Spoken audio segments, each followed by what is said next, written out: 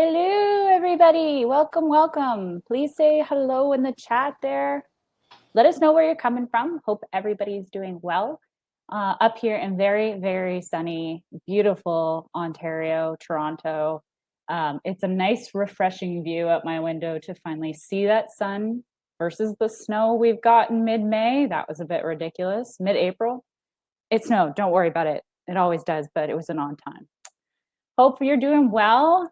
Like I said, say hello. Welcome back. If you're coming back for a webinar here, welcome if this is your first webinar with us. I'm very excited to go through. It's a hot topic. So it's going to be very interesting. I'm very excited to bring on our special guest. I'm sure you guys are interested to hear what has to be said. Very excited for today's session. I see Pennsylvania, California, Ottawa. Shout out Los Angeles. I see you. There's all the way from Oakville in Toronto. Welcome, hometown. This is exciting. Settle on in. We're going to get started here in just a minute or two. Make sure to buckle up for this ride because it's going to be a good one. I know a lot has changed since our last webinar, which was only a week ago, if you believe it or not. But that's what's happening these days. Change is the name of the game. I see Boston. I believe it was Boston. Sorry, guys, the chat just rolls and the eyes are all right, but oh my goodness. We see, all right, I see New Jersey, Chicago, India. Hello, India. I feel like it's a pretty late night for you there. Not as familiar with the time change. Settle on in. Get yourself a glass of water if you don't already have it. Grab that tea if you want that, whatever you like. If it's past 5 o'clock, your own adult beverage. We're going to get rocking and rolling in here. Very, very excited to get going here with you guys and talk a little bit more about pandemic policies. This is a huge piece right now. Small intros, like I said, if you're coming back, welcome. You've seen myself, you've seen Carmen. If not, my name is Ria. I am an early childhood educator. I'm one of the specialists here at HiMama. I've been here for just over 2 years now. And then I have in the background, Carmen. Say hello to Carmen on chat, everybody. Hey. Here's the lady of the day. She is the background. She is the ongoing brains behind everything. If you have good questions, this is the lady to send them on to. Okay. And I'll be on chat as usual. Exciting. She's our community coordinator here at HiMama and just a fabulous woman to work with. So special guest here today. A lot behind the name. We'll bring him on in a few minutes here, but I want to say before we dive in with Andy, in a little bit, we are going to be talking a little bit more about pandemic policies. There's so much behind Andy that the thing that brings this to the table is that there's so much experience to pull out of Andy here today. And that is why I'm so excited to talk with him and just get some feedback. Ideally here, Andy is coming from the Institute of Childhood Preparedness. And this is a huge piece, huge part of childhood, huge part for centers. And Andy just has a lot to bring to the table here. So when we dive in, I'm excited to get some of this feedback. We have some great questions lined up for you guys. Before, of course, going in any further, I always say this, please do not take this as legal or financial advice. I am not the face of a legal advisor. No. Anyways, ideally here for you guys, if you're looking for any sort of specific advice, like contact the right person or at least try to find out who the right person is to get you in touch with that person that you're looking for. If you're looking for a financial advisor, please go ahead, check out your local banks. A lot of stuff we're doing like online stuff now, and as well legal advice, legally they're looking more and more to like have further conversations with you over the phone if you're looking for something specific, especially about and around policies or about your funding or anything like that. So ideally look at those, whether you're in the States or whether you're up here in Canada and looking through a province, just make sure that you're checking off the right boxes and that you're talking to the right people. Okay, that's just pretty important these days. So, all right. We're going to be talking about a couple of really cool things today. Obviously talking more about pandemic policies. We're going to be diving in with Andy in a couple of minutes. But before we do, we want to touch on a little bit of content. We want to share a little sneak peek with you guys about a survey that we did here through HiMama. It hasn't hit the books yet, But we've been allowed. We got the okay from the boss, and she said, go right ahead and share a little bit of info. And it's relevant info for what we're talking about today, which is why we wanted to include it. So ideally here, we're going to talk a little bit more about kind of just reframing some of the talking we have around COVID-19. We want to look at those key policy changes. We're going to share a little bit of that sneak peek survey information for you. And then of course, we're going to dive in with Andy. So a lot happening and packed in an hour. So keep those questions for obviously the appropriate time. Send them on to Carmen. She sends them on here to me and make sure that you guys are getting all your questions answered and everything good to go. So, oh my goodness, I'm so sorry. We skipped ahead. Now we're gonna, there we go. Jump into a little bit more about, oh, Carmen, we're having a bit of a skip here. Hold on. Ideally, not the end of the world. We're just jumping back here. I want to jump in and talk a little bit more about what the idea behind your idea of the framing around your COVID-19 lingo. Okay, so before we do, I'm going to bring you on in, and I want to go right ahead here, turn my screen back on and bring you guys back in. I do apologize. We're going to jump in a few minutes to this part, but some of the lingo I wanted to actually bring to you guys here was a little bit more about a couple of key phrases, that you can actually be talking and switching over. So this way you are actually, diving in a little bit more with your kiddos in a little bit more of an appropriate way and your families. Okay. So one of the key ones I wanted to bring up was we've all been talking about the word lockdown. It's really harsh. It's super, super harsh. And so some people are feeling like that's a little bit of, it can be an imprisonment feeling. It can lead to a little bit of upset feelings and the idea of you're being stuck somewhere against your own free will. And one of the things that we came across from here at HiMama was changing that word into being current restrictions and thinking more about temporary change. Okay, it's just like an idea of wrapping around the fact that, don't get me wrong, it's not going away tomorrow. This is still a very, very serious situation. But the fact that is over the course of time, whether that be 1 year or 2 years, we're going to be looking at change and it's temporary. Okay. The other really cool one that I wanted to touch base on was social distancing. I am so guilty of using this one. Okay. And what it does is it creates that feeling of sort of rejection. And we want to turn that into self-relating and the fact that you actually can still relate to others and that this is more of safety versus rejection. Okay, it's inclusivity. The new normal, also one I'm really bad at talking about, is the idea that new normal, that we're going to be disconnected forever and ever and ever. And that's not really the truth. Ideally behind it, we want to look at this as a protection phase. Society is abnormal right now. And then, like I mentioned, it's going to be abnormal for a little while. But at the end of the day, it will go back to some sort of state of normal. That normal may change. Don't get me wrong, but that this is a temporary solution. And the last one is self-isolation. It sounds really painful. Super, super painful, very lonely, lots of depression happening. Mental health is a very serious topic, as we talked about a couple of weeks ago. And I want to look at that as kind of like your contact pause. Okay. And in that, I want to make sure that, you're thinking about the fact that you're at home. You might not be at home by yourself. You might be at home with your loved ones, but ideally you're stuck in your place and you're kind of feeling a little lost. Focus on the fact that you're protecting yourself because you've removed yourself from that feature. Okay. So like I mentioned, sneak peek. So what we did, HiMama sent out this massive survey. This is very typical of HiMama, by the way. We like to do surveys. You might have seen a couple come through your door at some point in time in our lives. But what we did is we looked at some of the key policy changes that centers would be looking at doing while they open up or when they've been opened up. But ideally what I wanted to chalk on here is there's a couple of key features. So policy changes, a lot of these questions were very, very open-ended. So we had to bring in that information and compile it.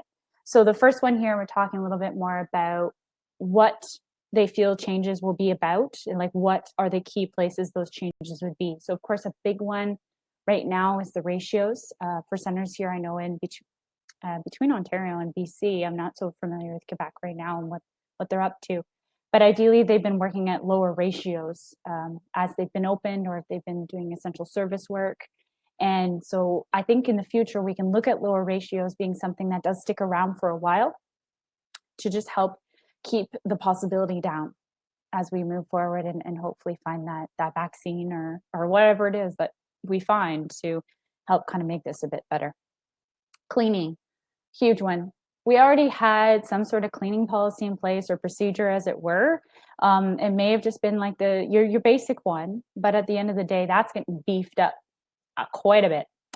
Guidelines, that one's being huge. Implementing policies and procedures that may not necessarily have to actually do with COVID, but things to have in place, especially while COVID is happening. I skipped one here because I got really excited, but temperature check and hand washing, that's a huge piece as well. So having that health check, not just for children as they come in, but for parents if they are coming into the center, and for your staff, teachers, educators, you guys are getting those as well. The other one is we're looking more about reduced hours and of course the distance, the less contact in the classroom. That's a huge one. And that's been a big question these days. So one of the other things that we wanted to share a little bit more info and sneak you in a little bit more about was that things that have changed around drop off and pickup. And so, of course, a lot of centers that have started to open or have opened now, they opened a little bit earlier, have been doing, no parents in the center or one parent, staggering those parents around a lot and really organizing their parents coming in and out of the center. But I think for the most part, we've gathered that parents are not coming in. And those procedures of pick up and drop off have been happening out, in your parking lot or outside the door. But it's definitely changed up quite a bit. That health check that I'd mentioned just a couple minutes ago, that's the huge new process and that a lot of educators are having to adapt to. And mind you, I find that all educators are definitely very adaptable and you build resilience around these things. And so ideally here, a lot of centers are looking at having something happen where, the parent, if they're coming in, they're doing a health check of the parent, asking a couple of questions. If it's the child only coming in, then they're doing a health check to make sure they're safe to enter.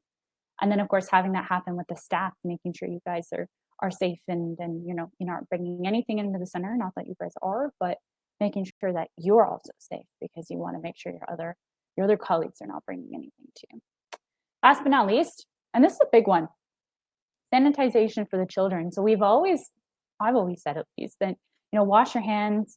Mom always had us come in the house after school, had to immediately wash your hands. I'd have to say except now, haven't really been doing it that much. I always would wash my hands getting off public transit when I come home at the end of the night, which is probably what I learned from my mom. So thank you for that, Mom. But ideally, I didn't really wash my hands that much now that I look back on it. So now we're taking that and doing that with the children, but obviously much, much more. So there are a lot of key changes there. A lot of things have been going on. So 54% of our respondents, said that they had some sort of formal training about the new policies, the new procedures and plan in place for their staff. And I thought that was very interesting about, centers that were reopening. They were involving their staff a little bit more about the changes that are going on and how that would look. And I know that there's huge questions about this anyways, no matter what. And we're sort of all working through this together and finding the answers as we go along. And then last but not least here, 67% of our respondents for this guy here. So it's how did you work with your parents? I know a lot of you kept up with your parents and a lot of centers have done that, and vigorously too, which is a really good thing because at the end of the day, you can look back and say, I did not let anything go unnoticed. I did my best. And your parents should be happy that you did your best to keep in touch with them. Some centers are not, and you wonder what? That's perfectly fine. Some centers have just been like, we'll let you be. We're going to get in touch with you a little bit later and gone on with that. But a lot of centers have at least been sharing information about what the next steps are. And that's a big question that we all have is like, what is next? What is going to happen? And, what can we expect? And I think a lot of the questions around that are, don't know what to expect, don't know maybe all the answers. But with all that said and do, I want to welcome, so Andrew Roszak. Andy, welcome. Tell us a little bit more about yourself. Like for me, my intro probably did not do it justice, but you have a lot behind you, a lot of experience. Tell us a little bit more about what's happening on your end. Well, thank you so much. It's great to be here with everybody and appreciate your time today. We got a lot of people in the room from all over the place. So welcome. I hope you're safe. Hope your families are safe. My name's Andy Roszak. I've been doing emergency preparedness work for over 20 years. I started off as a firefighter paramedic and a hazardous materials operator. So I'm used to getting into these disasters and trying to keep everybody safe. I've had a lot of interesting jobs along my path. I was the senior preparedness advisor supporting Super Bowl 46. I worked at the Federal Department of Health and Human Services for a couple of years, working on pandemic preparedness specifically, and was also the senior director of pandemic preparedness prior to my entry here into the early childhood sector. So I've been working in early childhood for 6 years. I am a licensed attorney, but much like you said, I'm not your attorney, so don't say that anything I'm telling you is specific legal advice. I'm licensed just like many of you are licensed, so I have to stay within those rules and confines that the Bar Association makes me do. But happy to talk generally about some legal themes and some issues to be considered as well. So really happy to be here with you today and happy to dig into some of this and provide as much information as we possibly can in this time of global pandemic. We're super happy to have you, Andy. I'm really excited because, like I'd mentioned before, this is a hot topic, and like you said, a lot of people are asking so many questions about that. So let's dive into the nitty gritty.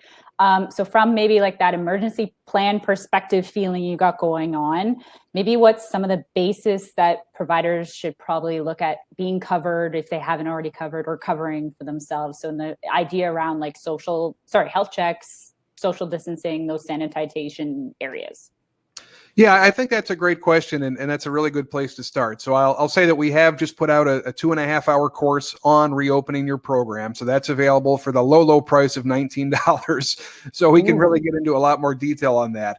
One of the things we talk about in the course is to really start thinking about the pre-work that you can be doing now. So for those programs that are not currently open, don't think that you should just be sitting around all day watching Netflix. You have a whole bunch of stuff that you can do. I know Tiger King is cool and all, but right? one of the biggest things is communication. And I was really excited to see, Rhea, on your last slide, just how many of you have been keeping in touch with your families. That's just so important during these times. If we think about going back to kind of Maslow's hierarchy of needs, we know many of our families that we serve right now are struggling. And even that basic level, that bottom of that pyramid, in many cases is not being met. There was a new study out last week about the United States, and the study is really sad. It's about 25% of kids aren't getting enough to eat on a regular basis. So, when we look at unemployment claims in the 30 or 40 million, we know a lot of the programs a lot of the families that we serve in our programs are really struggling. So doing what you can, even connecting them with local resources, food banks, et cetera, I think is really important. But also to begin to message that issue around trust, because there's a lot of, there's been other surveys that are out there and a lot of parents, and I've also been looking at Denmark and Sweden and France and some of the other places that have tried to reopen it. And by the way, France did try to reopen their schools, and then after about a week, they shut a bunch of them down again because it wasn't working. It wasn't well thought out. And I don't want anybody in this particular chat to be in that boat because I really think about the long-term damage that can do to your reputation. So don't be in a big hurry. Start thinking about communication. Start thinking about how you're going to talk to your funders. Start thinking about how you're going to talk to your regulators. I was on a webinar yesterday with some folks from Canada talking about the risk plans that you all have to do now before you can reopen. And then I also working with your local health departments to get the approval to reopen. We don't necessarily have that in the United States. Every state's a little bit different. But in many cases in the United States, we're kind of left on our own as a business to determine whether or not we're going to reopen. And it's a very scary thing to do. But I do think, these times now we have to reinforce to families that we are there for you. We have, we want to build up that trust. And ultimately, it's okay to ask families, what does it take to make you feel safe enough to bring your young child here? I think that's a very valid question that you could be asking. Now, the bottom line is, guys, we're not going to be able to eliminate the coronavirus until we have vaccine and or a treatment and widespread testing. And sadly, none of that stuff is really on the immediate horizon. So this is going to be with us for a long period of time. And we just have to kind of recognize that as the current situation that we're living in. So definitely, I would think, Rhea, the top of the list is the communication. Yep. Start getting your pieces in place. Start thinking about, how you're going to message this to your family, how you're going to message this to your staff. We've had a lot of legal changes here at the national level from the U.S. Congress and signed into law by the president. And we have a situation in the United States right now where a lot of child care providers are making more on unemployment than they are when they're back at work. Yep. And that's really going to be a long-term workforce issue that I think we really need to address. We're not like our counterparts in Head Start. Head Start is a federally funded program. It just celebrated its big birthday. It's a huge program. Yeah, but think about it. All of our federal folks that are funded by Head Start haven't been to work. They've been providing outreach to families, but they're not actually seeing kids in a classroom, even though they just got $500 million to start reopening summer programs. I'm hearing from many Head Starts that they have no interest in doing so because they don't think it's safe, or they're not sure how they're going to do it with the reduced ratios. So my hat's off right now to all family child care providers and all center providers that are operating. I think we need to band together and really make sure people understand the essential services that we're providing and advocate for those a pay raise. And by the way, now's the time too, Rhea, that we really want quality. This isn't the time to pull back the rules and all the progress we've made the last 2 decades on quality. Kids and families need quality now more than ever. So let's be thinking about how we're going to have high quality childcare. Some of the states have they've just waived a lot of regulations, and essentially anybody who wants to quote unquote babysit right now can do so. Mm-hmm. And I really think that's a disservice to our industry here. Our professionals work every day to make sure we have a high quality learning environment. And we just can't let all those years of research and evidence go down the pipe just because we're in a pandemic right now. So I think we need to band together on some of these and really be talking about this in a holistic way that we can raise these voices up and really get the attention of regulators.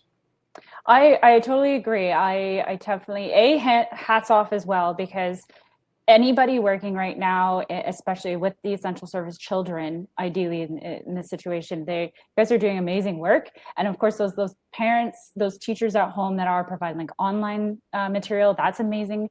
But I do agree in the sense of right now banding together to make sure that we do have that camaraderie, that community build, as well as keeping sure that quality is there, because that's what centers do. That's that research behind it proves that the quality is super important, especially with Head Start. Like there's a lot of reasons why Head Start was created, and then that created a whole new path of daycares and educator working and frameworks. And we could go on that for a long time, I'm sure, but ideally having that there and that trust for families, kind of tying with that trust for families, because I know a lot of centers are questioning whether they should open, and they're questioning, making sure those parents do trust them again. And we've had a really good question tying that together from Angus here, and she wanted to ask, and maybe from you in this case, Andy, what would be the most important questions that they need to ask in regards to screening, with being sick, traveling, contacts, temperature, I guess, as they reopen and parents are starting to bring those kiddos back to the centers? Yeah, absolutely. And this is one of the things that you should be doing in kind of your pre-work phase. I don't want you to try to be writing your policy as you're reopening your door. It's going to be too chaotic. And I'm painting with a broad brush here. I know there's a lot of Head Starts that are out there doing great work. So I appreciate you, Sylvia, and everybody else. I love you. I'm the chief of preparedness for the Region 2 Head Start Association in New York, New Jersey, Puerto Rico, and the Virgin Islands. And I know there's a lot of folks that are trying to get back to work. So I appreciate all you guys. So thinking about your health screening, very important stuff. A couple of things from a legal perspective, you want to make sure that you're doing it standardized. So, if my policy is that everybody that comes in gets screened, well, guess what? Then everybody's going to get screened. Rhea, you're going to get screened. Carmen, You're going to get screened. Everybody's going to get screened. It's not a one, maybe this guy, maybe that guy. No. So a standard policy, everybody gets screened. Obviously, we're looking for a temperature. 100.4 is a fever. 100.4 is kind of the standard temperature that most places, including the CDC, are going with. Now, the problem that we're having right now is a couple of things. First off, children, about 50% or so, don't show any signs or symptoms. Yeah. Okay. So while a fever is going to be good, it's not going to catch everybody. So we also have to ask some questions about contacts. And this is something that, again, in that pre-work phase, in that pre-communication phase with parents, you should be laying this out to their parents. And quite honestly, I would even make the parents sign something to say, I abide by these new policies. So you want the parents, because it's not just the kid, you want to also know what's going on in that kid's life outside the hours that you have the child, right? So is any family member sick? Have they had contact with anybody that's sick? These kind of questions you need to be asking. Also, we're seeing a lot, and I raised the alarm on this a couple of months ago when we saw it coming out of Italy, but we're seeing a lot of rashes. We're seeing a lot of things that look like chicken pox. We're seeing a lot of things that look like spider bites in kids that have coronavirus, and these are typically around their toes or in their feet. Now, and then we also have this inflammatory disease that looks like Kawasaki disease, and essentially that's a late sign in kids. What's happening is that the kids get infected with coronavirus, a couple of weeks go by, the body's doing what the body does, trying to fight off this, this external enemy, this invader. But unfortunately, the body doesn't know how to really fight this off because we've never seen it before in humans. And the kids actually end up kind of start damaging themselves, almost like a friendly fire incident, as we would say in the military. So that's where you see these rashes. That's where you see these big patches of blotchy skin. That's like a sign of coronavirus. But again, those kids have probably had coronavirus for 2 to 3 weeks. And what you're seeing is a manifestation of them trying to fight the coronavirus off. But unfortunately, the body's not effective. So looking at the temperature, looking at history, who have they had contact with, anybody else they've been around been sick, looking to examine, do they have rashes on their toes, do they have blotches on their body, all very important things when you do it at your health screening. I will say there's a couple of misperceptions about the types of thermometers, and I know that the no contact thermometers right now are in great demand. Yep. If you still have one that you put under the tongue, that's fine. If you still have one that goes in the ear, that's fine. Those will take temperatures. If you are lucky enough to get one of those no contact thermometers, there's a couple cool ones that are out there. There's one that I show in my training that looks like a dolphin. And yeah, it's cool, right? So, I mean, most people aren't going to be too happy if you come up to their head with something that looks like a gun and point it at them, especially a kid who's already a little bit anxious about coming back to the program. So, fair enough. Think about ways to kind of, dress those up, make them look fun. If you've got one of those old school ones, even just put like a smiley face or something on it. But the other thing is you really need to read the directions. I've seen a lot of footage of people just doing it wrong. On the box, it'll tell you if this is a 6-to-1 or a 12-to-1. Those are the two standard ones. And what that means is that if it's a 12-to-1 at 12 inches away from the body, it reads 1 inch. So if you're any more than 12 inches away, that gets bigger and bigger and bigger, and the temperature becomes less accurate. So if it's a 6-to-1, that's supposed to be held 6 inches away from the child. And again, you're looking at the forehead. Our temperatures fluctuate. Our temperature in the morning is lower than our temperature in the afternoon. The temperature kind of rises throughout the day. And also those no contact thermometers are going to be looking in this whole area. And if you have somebody that's been outside, if it's been hot, if a kid is sweating, that no contact thermometer may actually pick up some of those sweat beads. And of course, we sweat to cool ourselves down. So those sweat beads may be causing a false reading on the thermometer. Also, we want to make sure that if you're taking temperatures, you have not had an aspirin, a Tylenol, an Advil, a fever reducer for the last 6 hours. Because again, if you have a fever and I take an Advil, now my temperature is going to be lowered, not because I'm not sick, but because I've taken the medication. So just a lot of stuff to think about when taking those temperatures. Is it fail safe? Absolutely not. Again, a lot of people are going to get this, including kids, that'll be spreading this with no signs and symptoms. And unfortunately, that's where the other social distancing measures and the masks start to come into play. That's actually a great segue, Andy, into our next question that I was going to ask you. And of course, a lot of it around the center's opening right now, and then staff not sure if wearing masks is what they should do, of course, around children. But like the idea here that the PPE and the cleaning materials, sadly, is not as widely accessible as we'd like it to be. And maybe do you have any recommendations, basic ones, for centers that are looking at reopening, but maybe don't have everything they want to reopen with? Yeah, again, it's a big issue. And believe me, frontline hospitals and paramedics are having a hard time getting stuff. Totally. we've been able to work in a couple of different states, in Florida and West Virginia, and over in Ohio, with some great providers, some great child care resource and referral agencies. And they did some really cool things. They've actually reached out to some local businesses, such as a hotel. Not open right now, not taking customers, but guess what hotels have? Cleaning a lot supplies. of cleaning supplies, a lot of PPE. So a nice relationship there. And you can think about some of those other businesses in your area that probably have cleaning supplies, whether it be a stadium, whether it be gosh, there's so many that are closed right now that we could probably draw from. A school, center, a stadium, things like that. Yeah, exactly. So, getting creative and I was really excited. I saw yesterday in Richmond, Virginia, a local group, a couple of them banded together and actually put together goodie baskets for all of their child care providers. And they did like a drive-through where people could pick up a basket of, gloves and sanitizer and soap. And so stuff like that is just fantastic. I would definitely reach out to your community.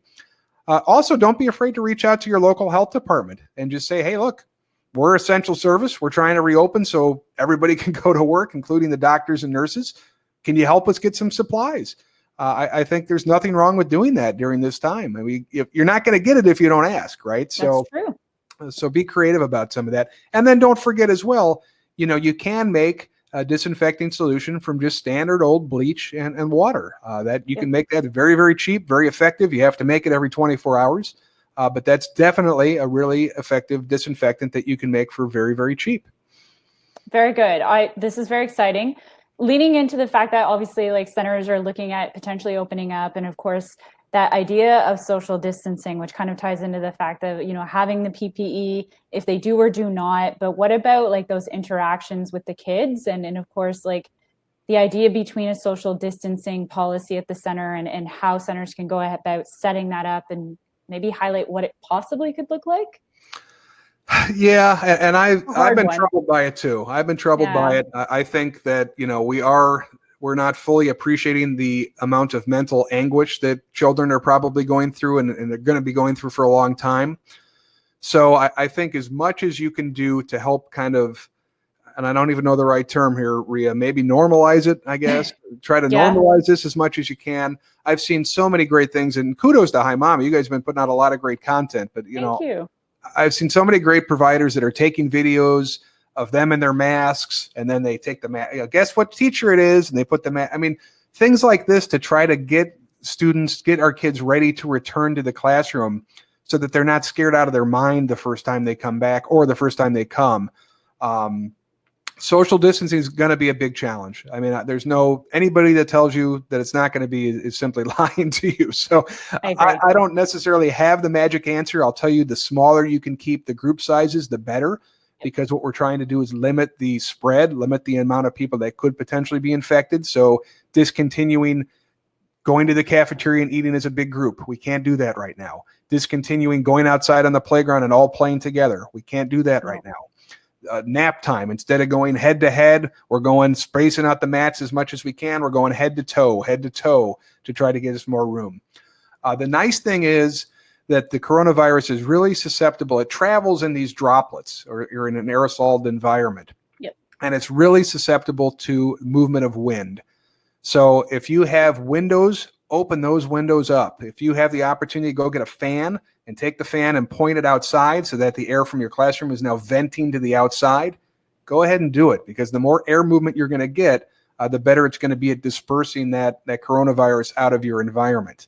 I think I see a lot of comments about the masks. The masks are. It's like a hit or miss topic. Like whether you should wear them or not, it's like, well. So the official line is 2 years and above, you should wear a mask. Yeah. Okay. I don't want anybody to get any false impressions about these masks. What the mask does is my mask protects you and your mask protects me. We work in childcare. Think about it this way. If I had a little infant and all of a sudden the infant starts peeing all over the place, okay? If the infant doesn't have a diaper on, that pee is going to go everywhere. It's going to get on me. It's going to get on the floor. It's going to get on all the kids. If I take that same infant, now I put a diaper on, if they start peeing, well, that diaper is going to stay pretty much with that child and, make them nice and warm for a while, right? But it's not going to get on anybody else. And it's really the same thing with the masks. The masks are not going to protect me at all, because this coronavirus, it's measured in microns. It's tiny. it's going to go right through those masks. But what it is going to do, it's going to keep those droplets, those respiratory droplets that we know can transmit the virus. It's going to keep those closer to my mouth so that when I'm talking, when I'm breathing, when I'm coughing, I'm not shooting this stuff out, 4 feet, 5 feet, 6 feet.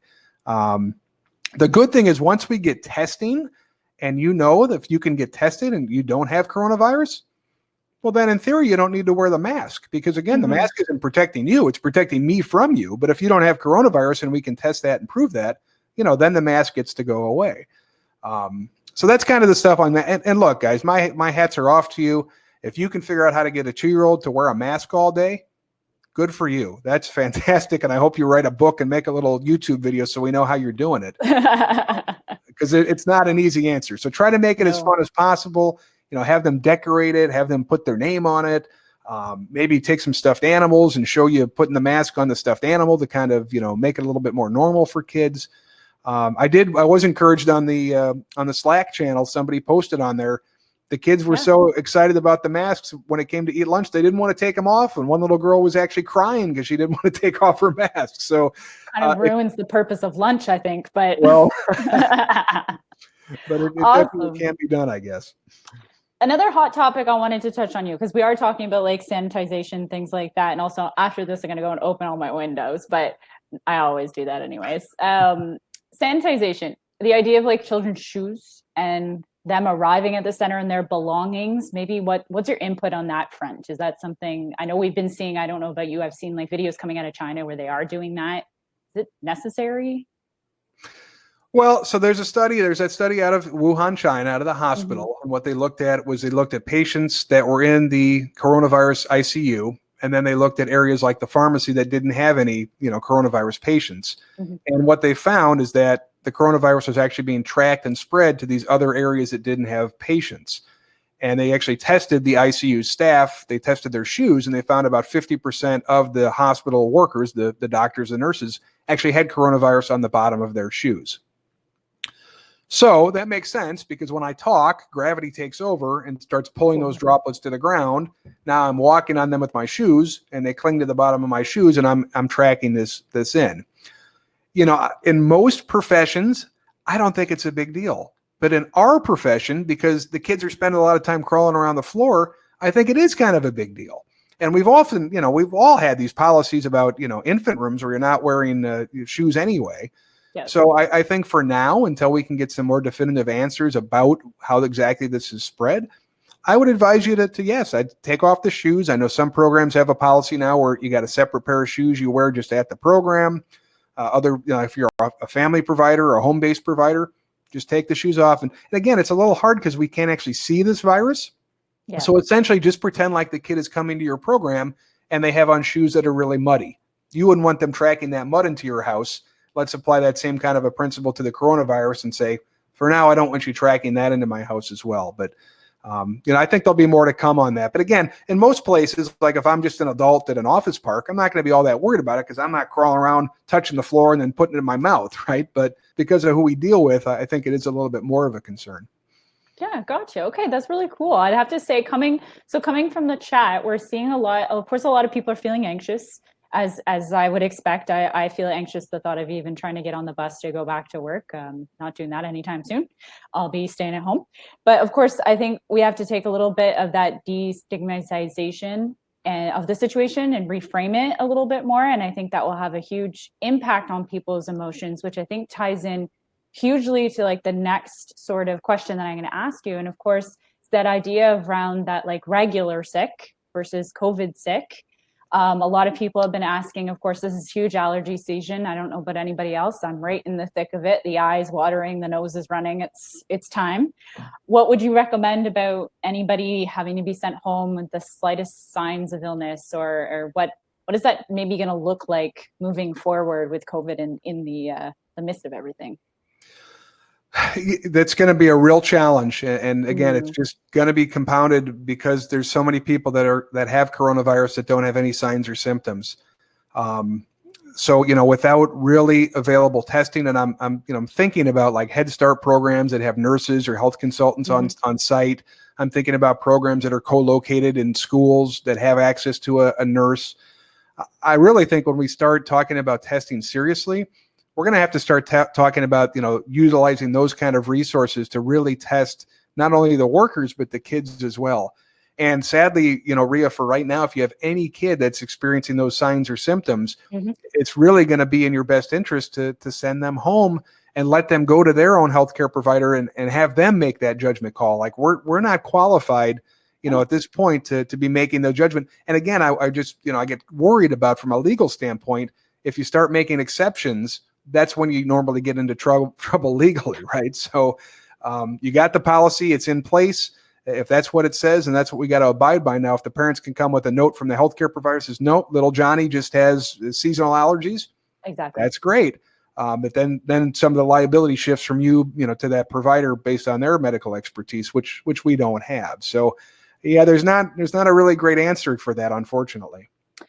And you know what? I think that's something we learn as we go in this case right now, especially, safety first. And I kind of agree, just having that little note saying, hey, you're A-okay. I think for me as like a parent and as a teacher and thinking in like director shoes, I'd rather have that note myself just for safety's sake. So then moving on to centers right now in regards to like next steps, what do you think the steps should be if an outbreak were to happen at a school? Well, I am seeing a lot of questions in the chat. So like some states like West Virginia last week said every child care provider is going to be tested, period. So yeah, there are definitely some states that are taking that approach. And quite honestly, everything we do as adults is about managing risk. I mean, when we walk out the front door in the morning, there's risk, right? So we have to manage that risk. And I think, especially those that are open right now and heroically serving the frontline medical providers, you're at higher risk. There's no doubt about it, because those parents are dropping the kids off, going to work in a coronavirus environment all day, and then coming back and picking the kid up and potentially exposing that child at home. So, those programs that are continuing to serve frontline medical workers, you very well may see a system when the testing gets caught up that you have to be tested every day. That's totally plausible. Thinking about the best practices. So if something does happen, the best thing now is to identify a spot in your program or in your home where you could put a child that now starts showing signs or symptoms. So if the kid gets dropped off in the morning, they go through the health screening, they're okay. Now it's the afternoon, they start showing some signs or symptoms. What are you going to do with that kid? And the best thing you can do is going to move them away and isolate them from the other kids, right? So you're going to have a place to go. I would really recommend having a place with a window. You want to limit the amount of adults and amount of kids that are exposed to that child. And then you're going to have to send that child home. And then the work of the local health department's really going to have to start to begin. And what we're talking about is that contact tracing, figuring out which kids, what staff members, who all had contact with this individual, so that we can get them tested and make sure that they don't have coronavirus. Now, some centers, I've seen it all over the country, all over Canada too, by the way. Programs have been opening up, and then next thing you know, a staff member, a child gets sick, they got a confirmed case, and now they're shutting down for 2 weeks. So think about, financially what that impact might be on your program. Think about, again, reputation-wise and just stigma-wise. You don't want to be known as the dirty program, right? And also think about the cost. There's a lot of local vendors that you'll have to reach out to figure out who can you hire to actually come in and do that deep clean and that deep disinfection. It's going to cost a few $1,000s, rest assured. And, a lot of those companies are very busy right now, so it might take a while before they can even get to your program. But that would definitely be something that you want to work with your local health authority on, because they're going to have individual guidance for you about, when can you return. I mean, who knows, licensing might even get involved in that decision-making depending on where you're at in the country or in Canada. So it's not an easy answer, but the biggest thing is, thinking about ahead of time, where would you isolate that child? Because again, especially if it's a child of a frontline or essential worker, the odds are you can't just pick up the phone and say, hey, come get your kid, he's sick. Like, it's going to be a few hours, and you're going to have to be dealing with that by yourself until that parent can arrive. Exactly. So tying into what we're talking here, I'm gonna pose two questions that have come on from the audience. So the first one's from Cassie, and then the next one's from Emma. So Cassie had asked, do you think it's worth investing in an air purifier? But to tie back as well on what we're doing, Emma asked, how long should you exempt a sick child? Should it be those 14 days? Well, the guidance on that is changing all the time. I would say I would exempt from from covering your own standpoint, I would exempt that child until you have a note from a healthcare professional saying that they are safe to return to your program. And that way you don't have to worry about these 10 days, 14 days, 2 weeks, whatever it is, because that keeps changing. I think at the bottom line, you want to protect yourself, you want to protect your business, and obviously you want to protect the health of everybody there. So having that written document from a healthcare provider that says, this child has been under my care, he was tested, he had positive for coronavirus, he's underwent the 14 days, he is now safe to return. I would really require you to have that documentation. I think that's the best thing you can do from a legal standpoint, from a health and safety standpoint, and from an ensuring confidence and showing parents like, hey, look, it's not just me making these decisions. I got a doctor saying this kid is okay. I think that's the safest thing for us right now. I agree. And then, in regards to the air purifier, do you think that would make any difference with like us talking about moving the air around? Yeah, I mean, so the problem with the air purifiers is that a lot of times they don't get down to the micron level. So again, the micron level for a coronavirus is 0.12, 0.125, 0.12. And then what happens is they latch on to droplets, and a normal droplet's about 0.5 microns. So like a respiratory droplet comes out of my mouth, and now a coronavirus is hitching a ride on it. And a lot of the air purifiers you're going to have out there aren't going to get down to that micron level. So I wouldn't necessarily spend money on the air purifiers, because even if it catches it, it's still in your environment. I would rather you open the windows and figure out how to exhaust that air or change that air. And if it's a nice day, you can leave the windows open all the time. If it's a rainy day or a real hot day, I would still recommend opening those windows, just every half hour. Get the fan, blow the air circulated around, get that out of your environment. The thing that we need to really keep in mind, and it kind of goes back to when we start thinking about preparedness for other things, like in particular radiation. So radiation, we talk about time, we talk about distance, and we talk about shielding. Right? So time, the less amount of time I'm exposed to radiation, the less it can harm me, the less it can change me, the less it can do bad things. Distance, the farther away I am from something, the less harm it can do. And then shielding, the more stuff I can put between me and them, the less harm it can do too. That's why when we get an X-ray, people put that lead blanket on top of you. Or that's why you're seeing supermarkets now put up those plexiglass things between you and the cashier as a matter of that shielding. So if we start to think it like radiation, how we would handle that, time, distance, and shielding, I think there's a lot that we can apply here to coronavirus as well, to be honest with you. Awesome. Okay, Andy, I want one last question here that we have prepared up for you, and then I want to jump into some Q&A because we have some really good questions, also being conscious of the time for everybody. Let's talk a little bit about that second wave.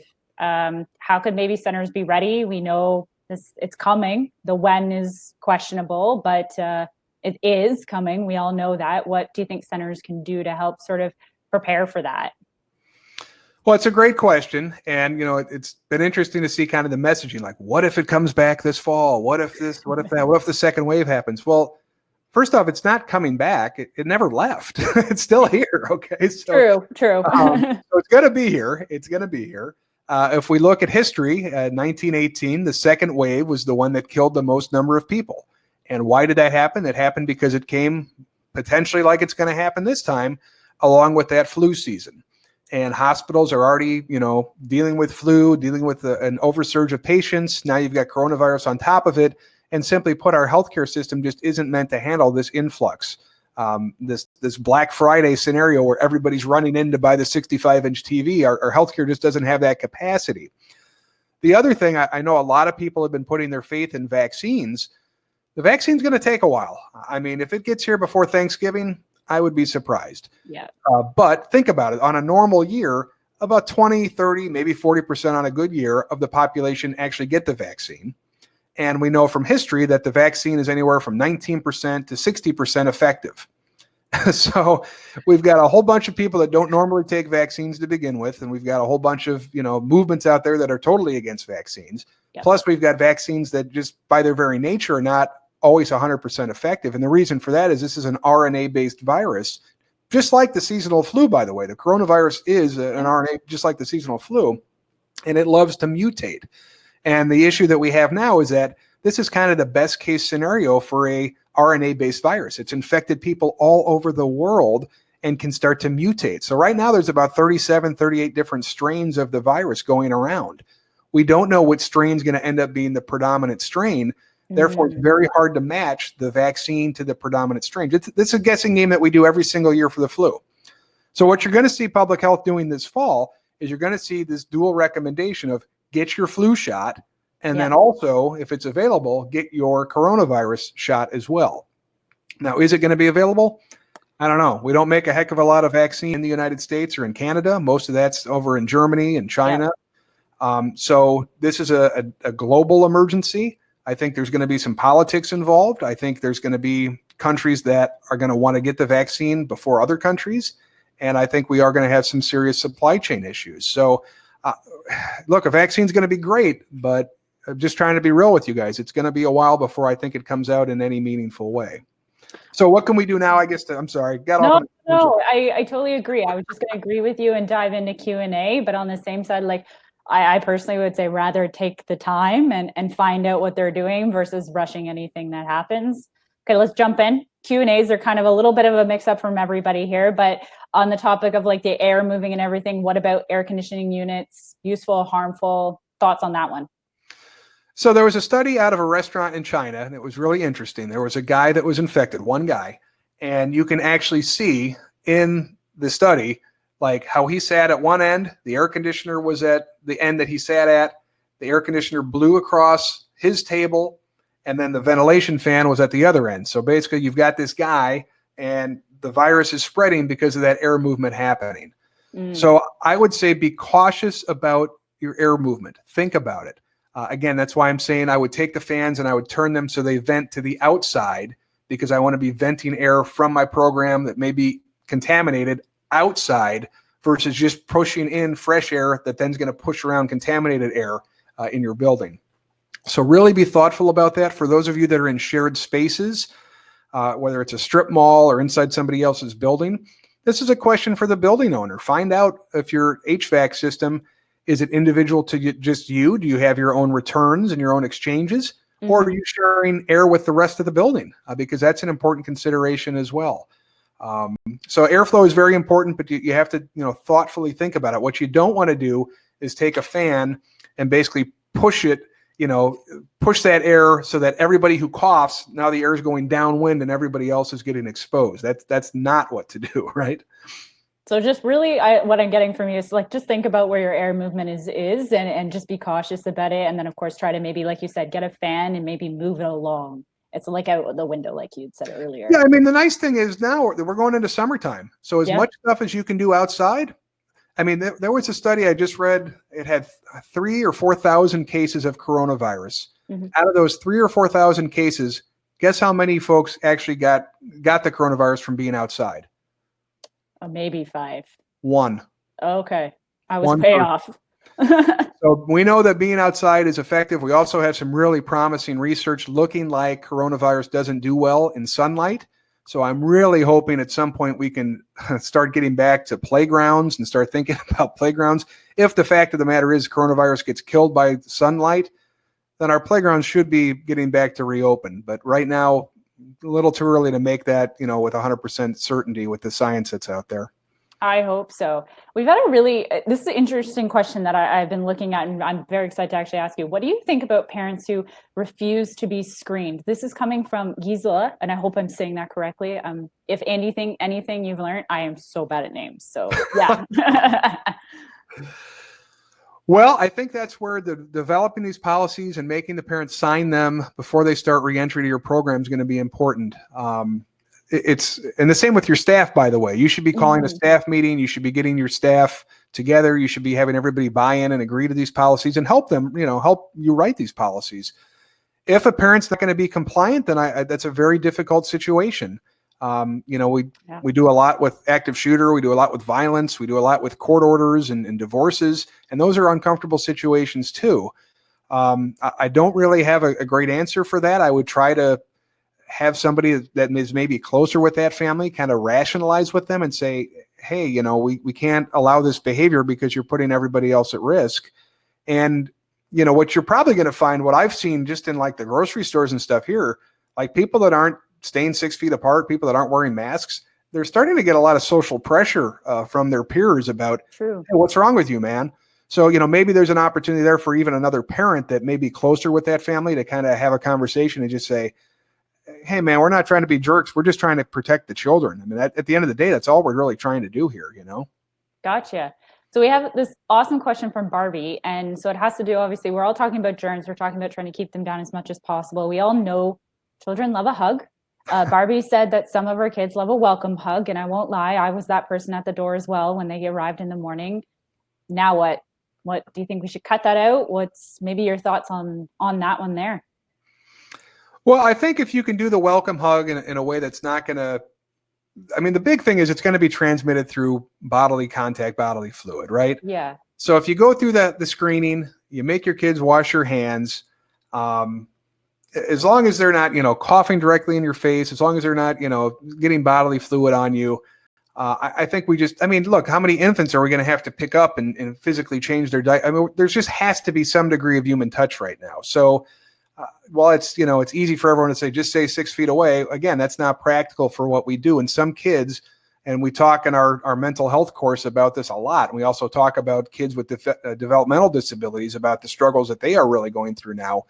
We know kids are going to need a lot of extra time. We know kids potentially may be regressing, and you're going to see increased bedwetting or increased, pants wetting.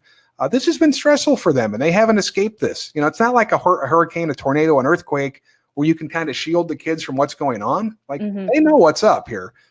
So I would say if you're going to do hugs, do it cautiously, do it after they've been screened, do it after they've washed their hands. I've seen a lot of recommendations coming out, and the CDC put this out as well, of like wearing an overshirt like this that would be a button down. And that way, if I do have, get any kind of saliva or get any kind of fluid on it, I can change my overshirt a couple of times a day. And that way I've got some fresh clothes. When I was a fireman, we never wore the same clothes home. That was just a standard practice. We showered at the firehouse. We had separate clothes that we wore to work. I don't want to bring any of that stuff back home to my family. No. And I think right now we have to kind of be in that same mindset as well. So if you can get your own set of clothes that you can keep at the program, and then if you have the luxury of having a shower there, that would be great. If not, take your work clothes, throw them into a plastic bag, change into some street clothes, and then go home and wash your work clothes. It's a little bit more difficult, of course, in a family childcare environment.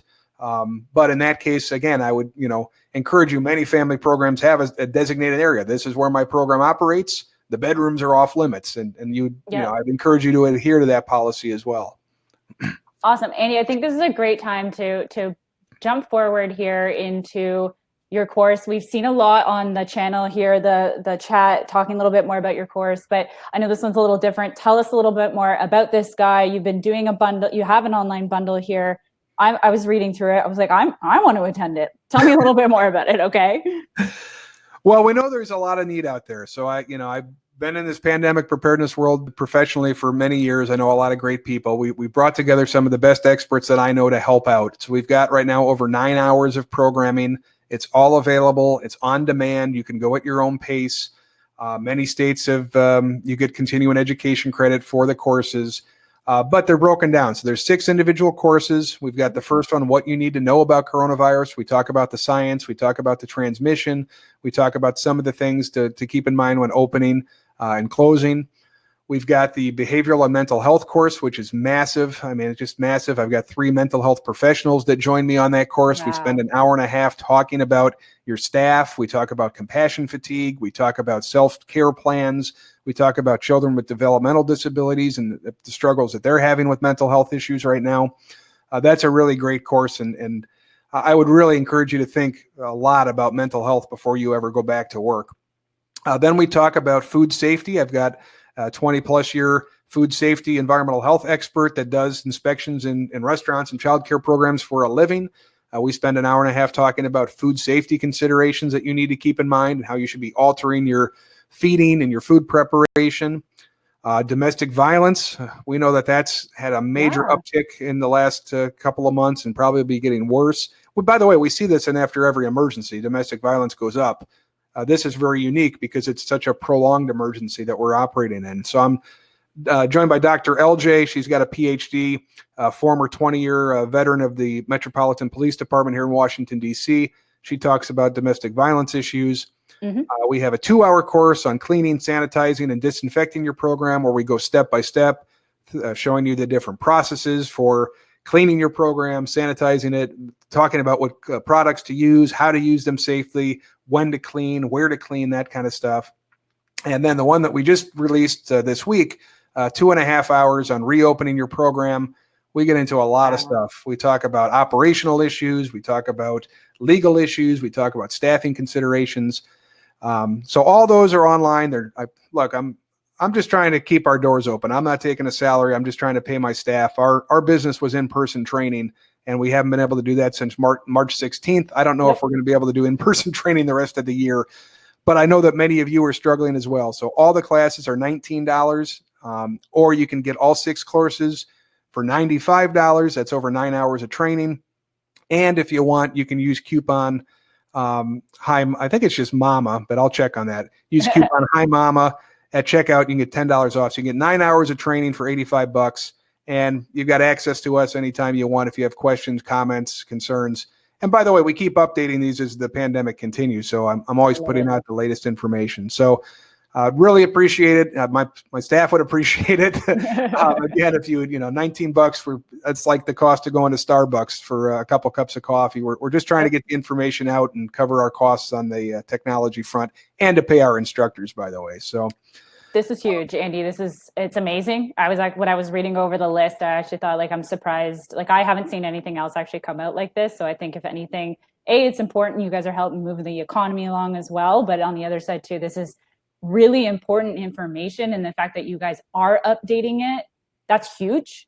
And I think that's amazing. And so shout out to your staff on that. And before I bring Carmen on, any last words of encouragement for everyone? It's been an absolute pleasure having you. I've really enjoyed this. I feel like we could have gone on for ages, but I feel like everybody else might not have wanted that.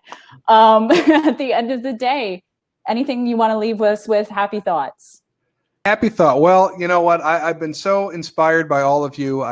My heart goes out to you. Thank you. This is not an easy time. I really appreciate everything you guys are doing.